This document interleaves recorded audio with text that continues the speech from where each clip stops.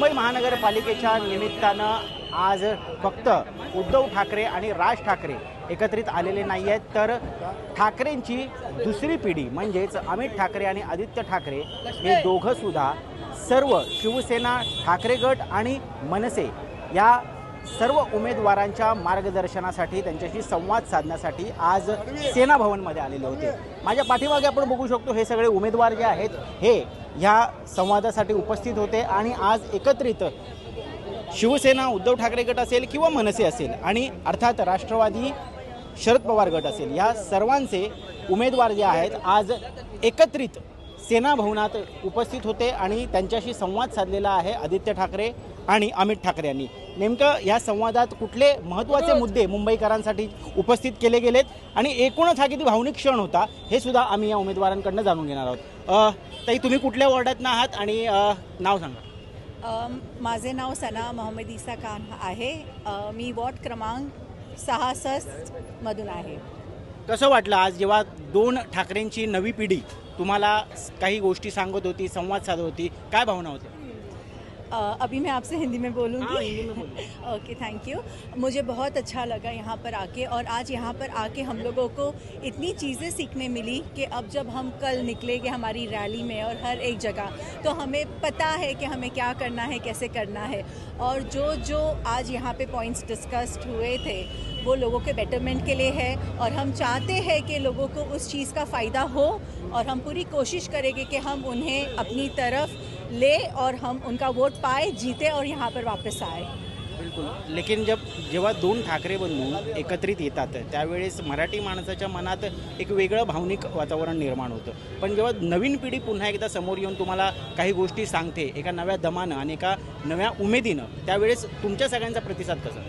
नक्कीच आपण बघतोय की येणाऱ्या मुंबई महानगरपालिकेमध्ये शिवसेना ठाकरे पक्ष असेल, मनसे असेल किंवा शरद पवारांचा राष्ट्रवादी पक्ष असेल, प्रत्येक ठिकाणी आपण बघतोय की नवीन उमेदवारांना किंवा तरुण उमेदवारांना ही संधी दिलेली आहे। ज्याप्रमाणे आपण बघतो की हिंदू हृदय सम्राट वंदनीय बाळासाहेब ठाकरे आहेत, त्याचनंतर आमचे पक्षप्रमुख माजी मुख्यमंत्री महाराष्ट्राचे उद्धवसाहेब ठाकरे आहेत आणि आता माजी पर्यावरण मंत्री आणि वरळीचे आमदार आदित्यसाहेब ठाकरे असतील, यांच्या सर्वांचं मार्गदर्शन आणि आशीर्वाद घेऊन आज एक नवीन पिढी जनतेसमोर जात आहे।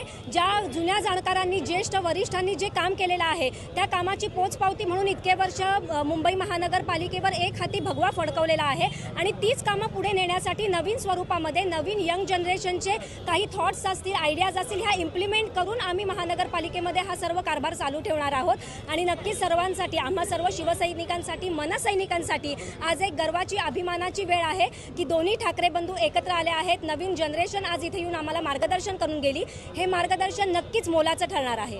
एक गोष्ट आज या ठिकाणी पाहायला मिळते आहे, लाडक्या बहिणी ज्या आहेत या मोठ्या संख्येने आहेत, कुठेतरी भाऊ जे आहेत हे मायनॉरिटीमध्ये आपल्याला पाहायला मिळतात, पण तरी आज जेव्हा दोन भाऊ एकत्र येतात मराठी माणसाच्या मनात कुठेतरी एक नवीन उमेद आपल्याला पाहायला मिळते। जेव्हा आदित्य ठाकरे आणि अमित ठाकरे नवीन अजेंडा घेऊन समोर तुमच्या मांडतात त्यावेळेस काय वाटतं? एक नवीन शक्ती, एक नवीन ताकद या मुंबईमध्ये मराठी माणसाला मिळते। एक नवीन भावना घेऊन, एक वेगळी कल्पना घेऊन या मुंबईमध्ये कुटुंब येते, त्याचा तर आम्हाला सार्थ अभिमान आहे। खरंच ही भावना ज्यावेळी लोकांपर्यंत पोहोचेल, मुंबईतला प्रत्येक नागरिक, मग कुठच्याही भाषिकाचा असू दे, तो मराठींसोबत नक्कीच राहील। तुम्हाला वाटतं की कुठेतरी भाजप ज्या पद्धतीनं प्रचार करते किंवा महायुतीचे पक्ष या पद्धतीनं हिंदुत्वाचा मुद्दा असेल किंवा वेगवेगळ्या धार्मिक मुद्द्यांना घेऊन प्रचार करते, तिथे ठाकरे बंधू एकत्र आल्याने त्यावरती मात करू शकतील आणि तितका परिणामकारक हा मुद्दा ठरेल?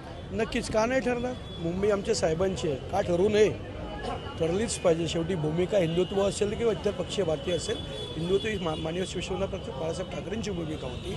आज ज्या माध्यमातून कुटुंबीय या मुंबईसाठी एकत्र आले, भविष्यात ही नांदी आहे, ही नांदी आहे भविष्यातली। हे भविष्यात आपण म्हणू एक सिग्नल दिलेला आहे की भविष्यातली नांदी मुंबई महाराष्ट्राची ठाकरे कुटुंबियाची असेल, ठाकरेसाठीच असेल। अत्यंत अटीतटीचा असा वॉर्ड तुम्ही लढत आहात, समाधान सरवणकर यांच्या विरोधात तुम्ही त्या ठिकाणी लढत आहात, काय वाटतं? कारण अर्थात शिवसेनेचा उमेदवार तिकडनं जिंकून आलेला होता, पण शिवसेनेत आता फूट पडलेली आहे, बरेचसे गणितं बदललेली आहेत, किती मोठं आव्हान तुम्हाला वाटतं? मला काहीच आव्हान वाटत नाही, अटीतटीची लढतच म्हणणार। मला फार आनंद असतो अतिथी लढण्यापाशी असला माणसाला अंगावर घेण्यासाठी मी फार उत्सुक असतो. झोप त्याला नाही, मी झोप उडवण्यासाठी आलेलो आहे. आणि ही लढत तुल्यबळ असं वाटत नाही, मराठी माणसाची लढत आहे. तिथे असलेला हा माणूस मराठी माणूस आहे, शिवसेनेच्या ठाकरे कुटुंबियाची निष्ठावंत आहे. तो तिथला शिवसैनिक गद्दार नाही, असलेला उमेदवार गद्दार आहे. आणि शिवसेना आज पण तेवढीच आहे आणि त्याच्यापेक्षा जास्त आणि उमेदीने जास्त आहे. नक्कीच. मला सांगा, आज मनसैनिक आणि शिवसैनिक खांद्याला खांदा लावून या ठिकाणी उभे आहात. मुंबईकरांना जे स्वप्न आज दाखवलं गेले प्रेझेंटेशनच्या माध्यमातून, हे पूर्ण करण्यासाठी अशाच पद्धतीनं पुढे सुद्धा खांद्याला खांदा लावून काम कराल? माननीय राजसाहेबांनी आणि उद्धवसाहेबांनी ज्यावेळी ही युतीची घोषणा केली त्याच्या आधीपासून वरली डोममध्ये त्यांनी सांगितलेलं आहे आम्ही एकत्र आलो आहे, हे कायमस्वरूपी राहण्यासाठी आलेलो आहे. हे शॉर्ट टर्मची युती नाही आहे किंवा फक्त निवडणुकीचे विचार करून आलेले नाहीत. हे पूर्ण महाराष्ट्रावरती आणि देशावरती जे संकट आलेलं आहे ते पूर्ण गाडून टाकण्यासाठी आम्ही एकत्र आलेलो आहे. तर राजसाहेबांच्या आणि उद्धवसाहेबांच्या मार्गदर्शनाखाली, शरद पवार साहेबांच्या आशीर्वादाखाली आम्ही महानगरपालिकेवर नक्की 100% भगवा पडतो. दोन बंधू जेव्हा एकत्र येतात, अर्थात भावनिक वातावरण होतं, परंतु ज्या पद्धतीनं महायुती विकासाचं राजकारण, मग कोस्टल रोड असेल किंवा ॲक्वा लाईन, नवीन मेट्रो लाईन असेल किंवा AC लोकल असेल, हे जेव्हा मुद्दे समोर ठेवतं, तुम्हाला असं वाटतं की मुंबईकर या सगळ्या मुद्द्यांना कुठेतरी भुलतील आणि त्यांना जास्त प्राधान्य देतील? नाही, कसं आहे माहिती आहे, हा जो प्रचार करतात, जे महायुतीवाले जो प्रचार करतात, हा मुळात खोटा आहे. कोस्टल रोडचा जो प्रकल्प आहे ते उद्धवसाहेबांचं विजन होतं. मुंबईचं जे त्यांनी प्रेझेंटेशन दिलेलं आहे, म्हणजे कोस्टल रोड ज्यावेळी त्यांनी सुरुवात केलेली त्याचवेळी त्यांनी रिंग प्रोजेक्टचा एक प्रकल्प आणलेला. त्याच्यामध्ये त्यांनी गोरेगाव ते मुलुंड, त्याच्यानंतर वर्सावा ते बँड्रा ते साऊथ मुंबई ते आपलं ईस्टर्न फ्रीवे हे कसे जॉईंट होतील आणि मुंबई एकमेकांच्या जवळ कसे येईल, हे त्यांचे जे प्रोजेक्ट होते ते ह्या सरकारने दाबून ठेवलेले आहेत आणि त्यांनी आतापर्यंत मान्यता नाही दिली. जर हे मान्यता दिली सरकारमध्ये, केंद्रामध्ये त्यांचं सरकार असल्यामुळे, त्याच्यानंतर पर्यावरणाचा विषय येतात, असे वेगवेगळ्या ठिकाणी वेगवेगळे परमिशन असतात, त्याच्यामुळे हा विषय दाबून ठेवलेला आहे. ज्यावेळी ह्या गोष्टी येतील, आज तुम्हाला मी सांगतो 0% टोल. आज युती सरकारने, आज तुम्ही सांगता मेट्रोचा विषय सांगता, आज मेट्रोमध्ये सर्वसामान्यांना परवडतं का? आज तुम्हाला सांगतो बँड्रापासून चर्चगेटला जायला 60 रुपये तिकीट आहे, 120 रुपये तिकीट आहे, 60 रुपये तिकीट आहे, परत रिटर्न येताना तितकं तिकीट आहे. ते परवडणारा नाही, सर्वसामान्यांना परवडणारा असा जो विषय असेल तो घेतलेला नाही. पण तेच उद्धव साहेबांनी, त्याच्यानंतर राजसाहेबांनी जे कोस्टल रोड जो आणलेला आहे ते 0% टॅक्स टोलचा विषय आणलेला. त्याच्यामुळे जो आपण बँड्रावरनं साऊथ मुंबईला पोहोचायला अर्धा तास, 1 तास, 1.5 तास जो लागत होता तो आता फक्त 15 मिनिटात तो प्रवास पूर्ण होतो.